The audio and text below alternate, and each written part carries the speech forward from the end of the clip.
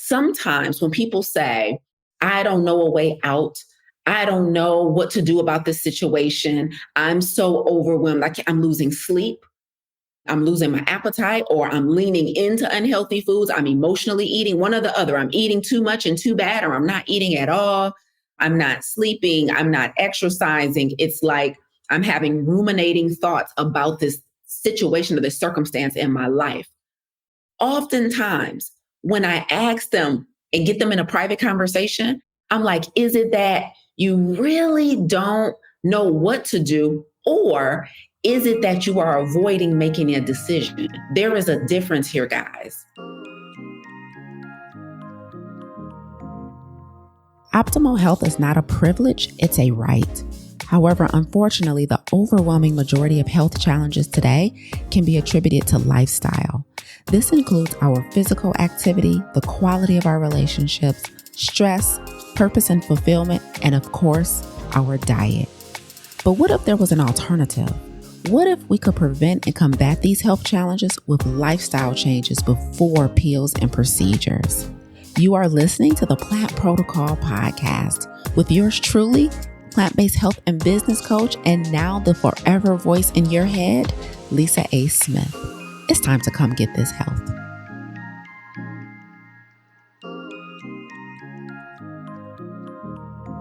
I had a post go baby viral recently and thought it would be really relevant to have this conversation today about chronic stress. There's a post on my Instagram page, there's a post on my TikTok page, there's a post on my Facebook page that has been shared thousands and thousands of times. So first of all, thank you guys for sharing this post about chronic stress. And this post about chronic stress has been doing so well that I thought we should have a conversation this morning about the one skill that I've personally used to combat chronic stress in my life multiple times in multiple different periods, in multiple different circumstances. So what I want to do this morning is give you 3 examples, health, personal, and professional example, where I have used this skill to deal with chronic stress in certain periods of my life. I know it is a very, very serious topic for a lot of us today. And like I said, this post about chronic stress on my page on Instagram is done about, we're approaching 150,000 views on this post. And it's been shared over 7,000 times. And even more than that, if you add in Facebook and TikTok and everything. So I'm like, oh, this is a big deal, right? And so I've been sharing with you guys this free masterclass that I did about chronic stress. But I want to talk about something a little different today. And I want to share with you guys this one skill that I've personally used to combat chronic stress. Because shout out to Humi on 26 who says, what if stress has become the norm? If it's chronic, it has. So let me make a distinction before we get in today's conversation, which is stress is a normal part of life. Like stress is to be expected. I don't want to make the mistake of saying something that makes people believe that it's abnormal to have stress. It is normal to have stress as humans in life. The difference, though, is that all stress isn't created equal and all stress isn't the same. And sometimes because we know stress is normal and that, things are going to come up and things are going to happen and we're going to deal with a plethora of experiences over our lifetime, sometimes we believe that it is normal to be chronically stressed. So there's 2 types of stress. There's acute and there's chronic. And I want to make sure you guys understand that acute is normal. Acute means it's short. It has a end date. Like we know, like once this situation is resolved or once this project is over or once I get through this difficult breakup or divorce or whatever, it's acute. It's stressful, but we know it's not going to last forever. And the best type of stress is also purposeful, right? So it might be a big undertaking to write a book like I'm doing right now. And it's kind of stressful. It's my first book, but it's purposeful. I know it's not going to last forever. There's a reward at the end of all of the hard work and the overwhelm. And that's the type of stress that we want to actually invite in. It's very helpful. But there are certain types of stress that are killing us slowly. And this is emotional stress. This is chemical stress. This is physical stress that's killing a lot of us slowly. And we do not have a way out. There is no end date. There is no exit strategy. It's not purposeful. It's not meaningful. And therefore, it causes us all types of overwhelm and health challenges. And that is the type of stress that I want to address today, the chronic stress.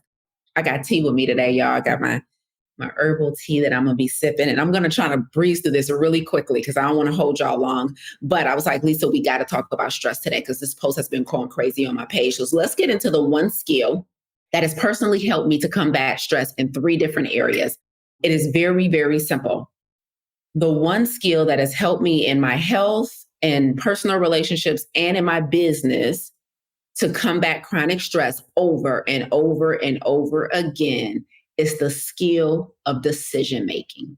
So let me give you guys examples of what I mean by that. I'm going to start with health because y'all know that's my lane, right? Plant-based health coach. This is what I do. This is my jam. The one skill that has helped me is decision making. But let me tell you what I mean by decision making.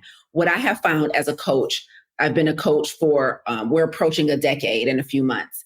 And when I am coaching with our students, whether it's in their health, whether it's in their pursuit of living a life of radical obedience, or whether I'm coaching someone in their business. I'm a plant-based business coach. I'm a plant-based health coach. I help people start coaching businesses. And what I have found is overwhelmingly the number one reason that people find themselves in a state of stress is due to indecision. There is no doubt about it, a very distinct correlation between stress, overwhelm, angst, and indecision. One of the questions that I started asking my clients years ago that I'm going to pose to you guys today is there a decision that you are avoiding making?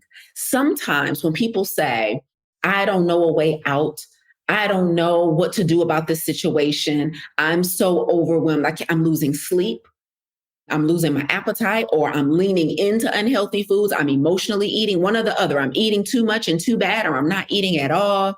I'm not sleeping. I'm not exercising. It's like I'm having ruminating thoughts about this situation or this circumstance in my life. Oftentimes, when I ask them and get them in a private conversation, I'm like, is it that you really don't know what to do, or is it that you are avoiding making a decision? There is a difference here, guys. I have found that indecision, the unwillingness to make a decision, has caused many people to stay in a state of chronic stress and overwhelm much longer than they would have to. And usually, the reason they are in this state, this overwhelming state of indecision, is because the decision that they're avoiding making is attached to someone else. And they're afraid of the outcome of making that decision. So like they're afraid of hurting somebody's feelings. They're afraid of disappointing someone. They're afraid of what other people will think. And so it is not that I don't know what to do. And I want you guys to be very, very careful with confusing the two things, because if you really think about it, is it really that you have no idea what to do? Like you don't know what your options are. You don't know where to turn. You don't know where to start. And don't get me wrong. There are some people for whom that is the truth. But there are many more of you for whom the truth really is, I'm avoiding making a decision. And because I'm staying in this gray area, instead of being black or white on this issue, it's causing stress. It's causing prolonged angst. It's causing prolonged distress. And so this is the question I need you guys to pose to yourself. Okay, I'm in the midst of this relationship, or I'm in the midst of this job. I'm having this stuff going on in my career, or I'm having this stuff going on in my personal health, or I'm having this stuff going on in my personal finances, or I'm having this stuff going on with this relationship with a family member or a friend, this unresolved thing. Is it really that you don't know what to do that's causing you the stress? Or is the truth that you are avoiding making a decision? Because if I make the decision that I feel compelled to make, like in my body, you know what to do. If I make the decision that I feel drawn to, if I make the decision that I feel compelled to make, it is going to be a domino effect, and feelings are going to be hurt, and things are going to come out, or I'm going to be perceived a certain way. Or in my experience as a coach, and my nearly decade experience as a coach has been the thing that has caused my clients to be chronically stressed over and over for longer and longer than they really have to be. All right. So I've told you guys that the one skill, the major skill that has helped me in multiple areas is being a decision maker. Now, let me give you several examples. I got 3 examples for you guys. Let's start with the first one. Listen, here's the first instance. In my health, y'all, I've been a plant-based vegan for a long time. And when I went vegan, I just went vegan. Like I went vegan, meaning I gave up all animal products. Vegan is just the absence of animal products. It's not necessarily the presence of plants, right? So when I first went vegan, I'm like, oh, I done lost 60 plus pounds. I'm about to maintain this weight loss. Everything is about to be amazing. And then something crazy started happening. As a speaker, I started getting on stages. As a coach, I started showing up to coaching sessions. And I noticed that some days my brain will be sharp, fire, crazy good. On other days, things will be moving a little slower. It will be harder for me to recall certain information. And I finally put 2 and 2 together. I'm like, oh man, I'm experiencing these lapses in my memory. I'm, having this slow processing time. And I realized I just had some sugar. I realized I had sugar last night. Or, if it's an evening coaching session, maybe earlier that morning, I had some refined sugar, right? And I noticed my brain wasn't firing as well as I'm used to it firing.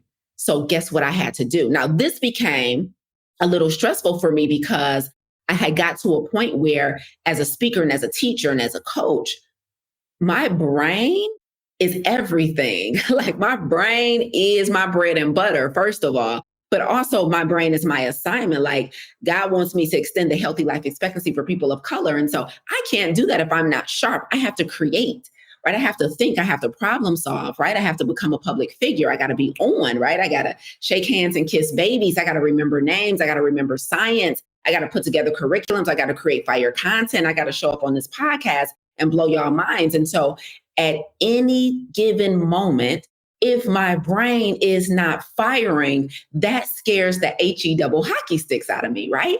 And so I was noticing several years ago that started happening. Like my mind wasn't everything that I was used to my mind being. And I'm like, what's going on? Like, this is not the Lisa that I know. This is not the Lisa that I've taught people to expect, right? I had taught people to expect fire every time I show up. And I wasn't feeling fire when it comes to my brain. And so when I made the connection between sugar and how quick my brain fires, and when I made the connection between sugar and my ability to recall, I realized I had to make a decision.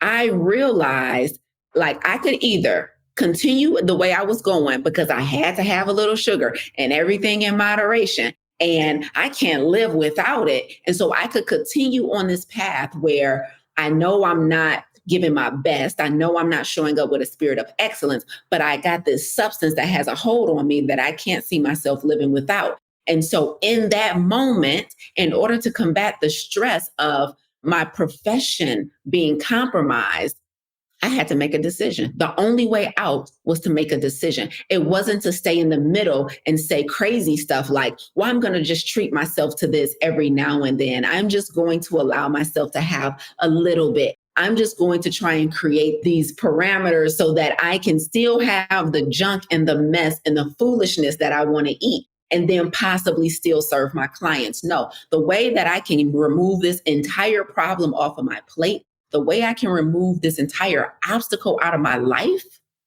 is just by making a decision. And guess what? I gave up sugar and never looked back.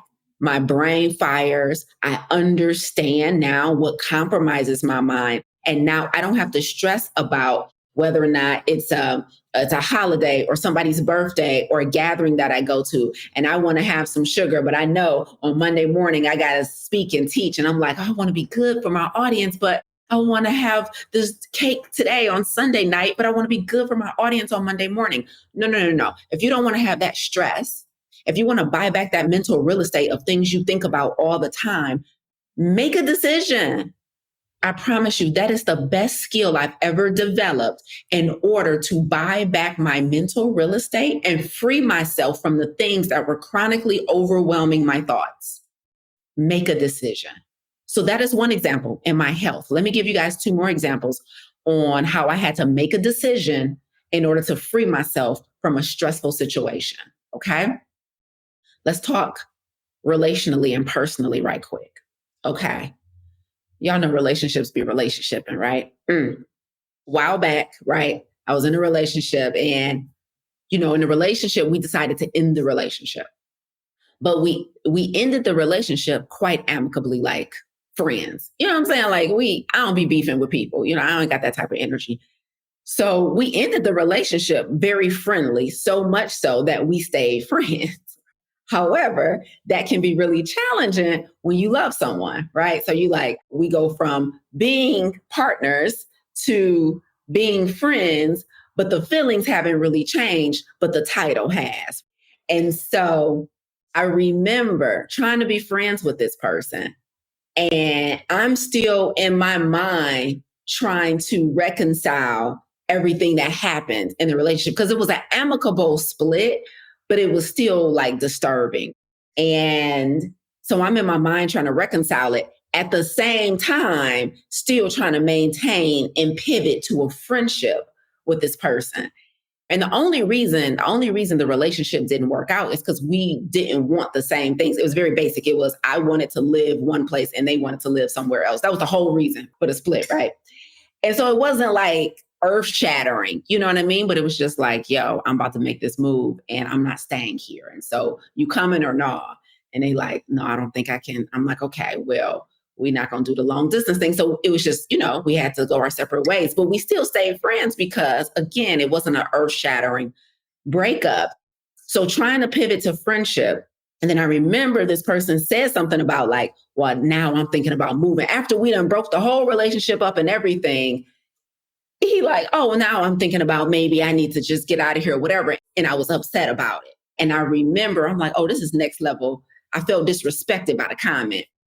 And so I decided, I'm like, okay, every time I talk to this person, I get mixed feelings, right? There's love there, but there's also irritation there. And I'm like, clearly I got to make a decision because every time I think about this person, every time I'm with this person, trying to play these two parts of like, we're no longer this, but we're still hanging out and we're still, doing things for one another and being friendly and all this because we have been together for a while. It was too much. I was like, this is too confusing. It's too gray. So now I don't really do friends with people like that. I'm like, either we in or we out. But what I can't do is be confused. Okay. And so I had to make a decision because it was literally overwhelming me emotionally. Like I'm like, okay, it's not that I don't know what to do, right? We've already established that this isn't going to work and the friendship thing don't work for me. And so I just got to make a decision. And I had to tell this person, I'm like, yo, I'll contact you when I'm ready for you to be back in my life. That was it. That was the last time they heard from me. Like they've never heard from me again because I ain't ready. You know what I mean? Like I'll contact you when I'm ready for you to be back in my life. Now for you guys, this could be any relationship. This doesn't have to be romantic. It can be familial. It can be friendly. It can be a colleague. It can be a professional relationship.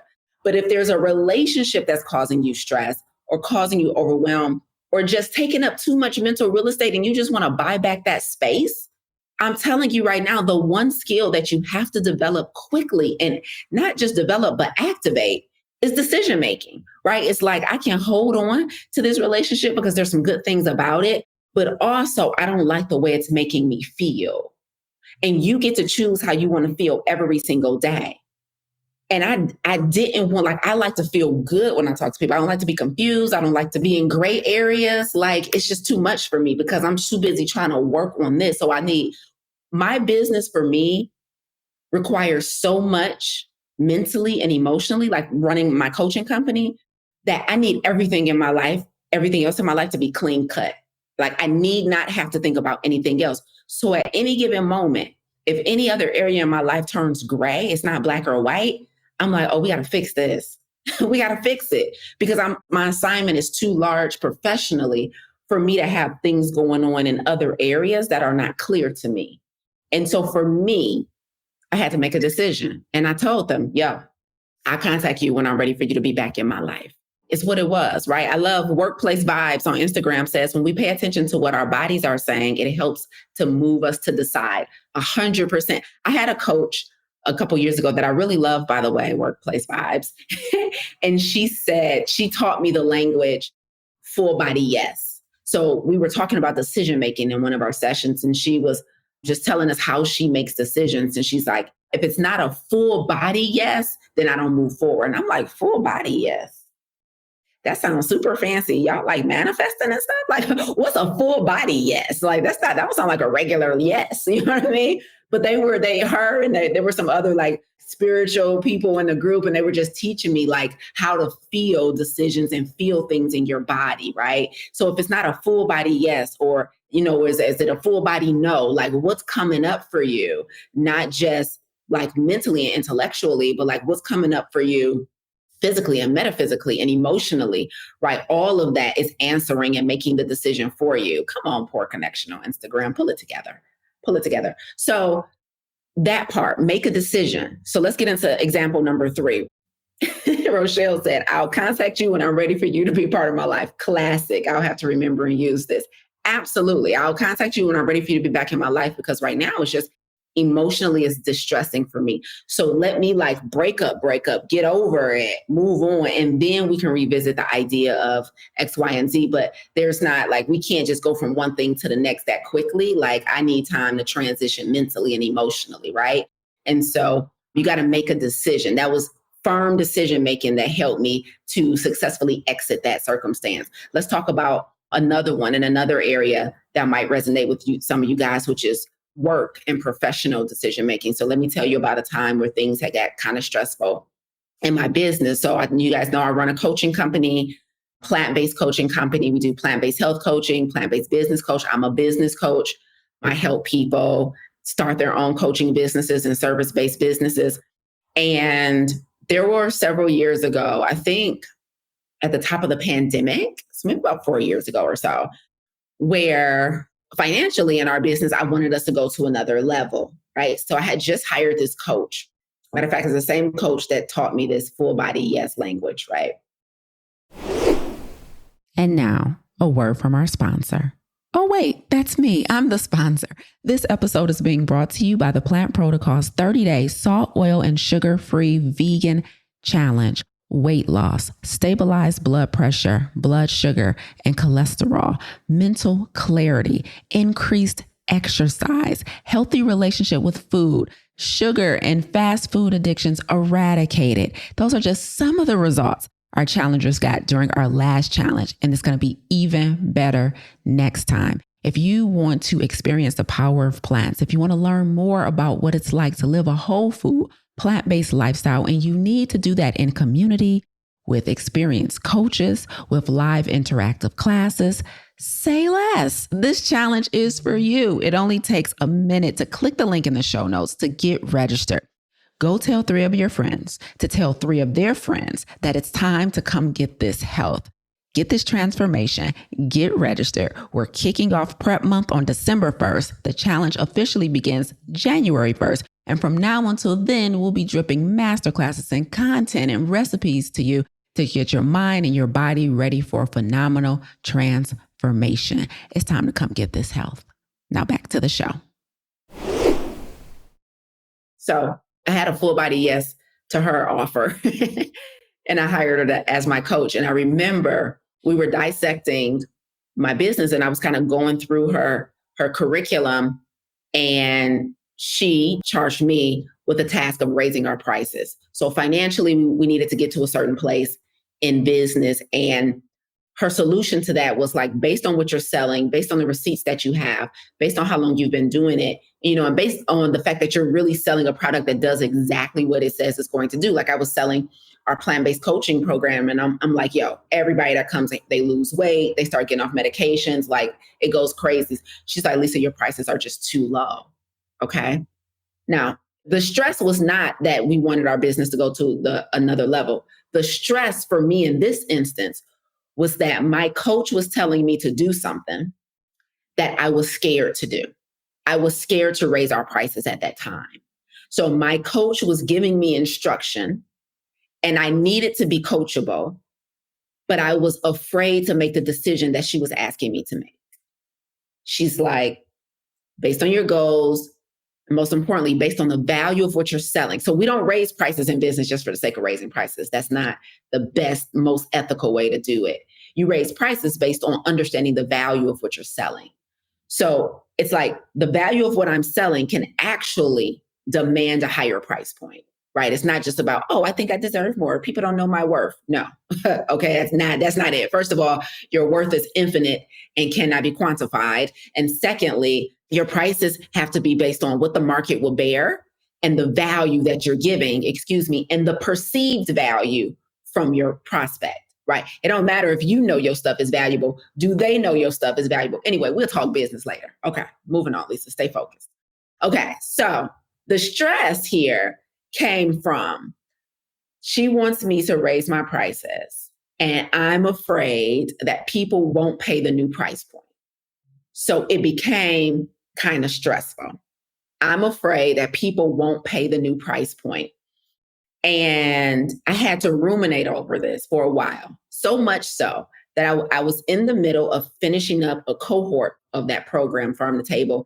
And I asked our students, I think we might have had 20 something students that semester for Farm to Table. And I asked them, I'm like, hey guys, you guys just got finished with the program. So you guys are like the perfect pool to study and ask this question. I'm like, you guys just finished Farm to Table. What did you think? Based on what you paid, we're thinking about raising the price. Do you think it'll be worth that? I just asked the people that I'm going to be serving. I'm like, my coach is telling me to do this, but there's a part of me that needs some type of additional information to make this decision because it was stressing me out. It was overwhelming me. I was scared. I'm like, we're going to lose the whole business. We're going to lose the whole business if we raise these prices, right? Just all the limiting beliefs that comes up. And I asked this particular cohort, what do you guys think about us raising the price of this program? Do you think it'll be worth X, Y, and Z? And when I tell you, overwhelmingly, our students were like, absolutely. Absolutely. You can definitely afford to raise this price. We got this result, this result, this result. It was amazing. Go for it. I would have paid that, by the way. And I'm like, what? And let me tell you guys, we were raising the price. We were 4Xing the price, right? So it wasn't just like a $100 bump. It wasn't like a $200, but we were 4Xing the price. We were taking it to from a 3-figure to a 4-figure price point. And they were like, yep. They were like, green light, you got our blessing. And I'm like, that's crazy, right? And so the thing in this circumstance that helped me overcome like the stress that came with making a decision in our business, again, was making a decision about our pricing so we can go to the next level instead of toggling back and forth about it for a year or months and being overwhelmed and then continuing to not be from a revenue standpoint where I thought the company needed to be cash flow positive, to stay in business, right? And so the stress was alleviated when I made a decision again. Okay. So let me wrap up today by saying this. I told you guys the one skill that has really helped me to combat chronic stress in multiple seasons of my life has been decision making. But I want you guys to catch something in case you didn't. And that is, I use the word skill, and that is not an accident. So let me make something very clear to you guys, which is this.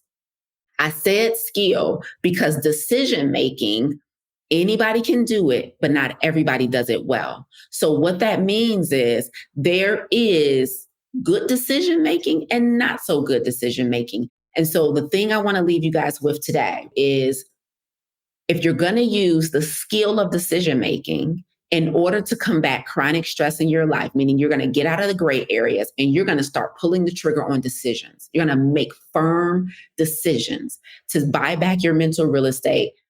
The thing that you need that is a prerequisite to being a good decision maker is emotional intelligence. Okay? There's a difference between making decisions, which more people need to do. That indecisiveness will take you out the game. But then you graduate eventually and hopefully as quickly as possible you go from indecisive to decisive, and you go from decisive to being a good decision maker. And there is a difference. And you have to have good decision making skills in order to be able to then trust yourself going forward. Good decision making comes from emotional intelligence, because if you have not mastered the art of making decisions without being in a heightened state of emotion, then you are going to find yourself right back in the state of chronic stress. So chronic stress can be alleviated for a lot of us, not everybody. Some people really are in places where they don't know what to do. They don't know what their options are. But many of you are just avoiding making decisions. I know it for a fact. I've been a coach for a long time. I've seen it over and over and over again. We're avoiding making decisions. And as a result, we stay stressed out. And then we stay stressed out because we're avoiding making decisions because we don't feel like we can trust our decision making. And we can't trust our decision making maybe because we've had a history of making not so great decisions. And part of the reason we have a history of making not so great decisions because for many of us, our EQ is below average. For many people, their IQ is below average. And that's a sad, sad state, but that ain't none of y'all. Don't nobody follow me with low IQs. But for a lot of people follow me with low EQs. We don't work so hard on getting our IQ up, degrees, certification, years of experience. Like y'all super smart. Like y'all should have capes with super smart on the back. Y'all IQ ain't a problem. EQ, problem. Okay. So that means you get in your feelings and you make self-destructive decisions. You get in your feelings and you eat.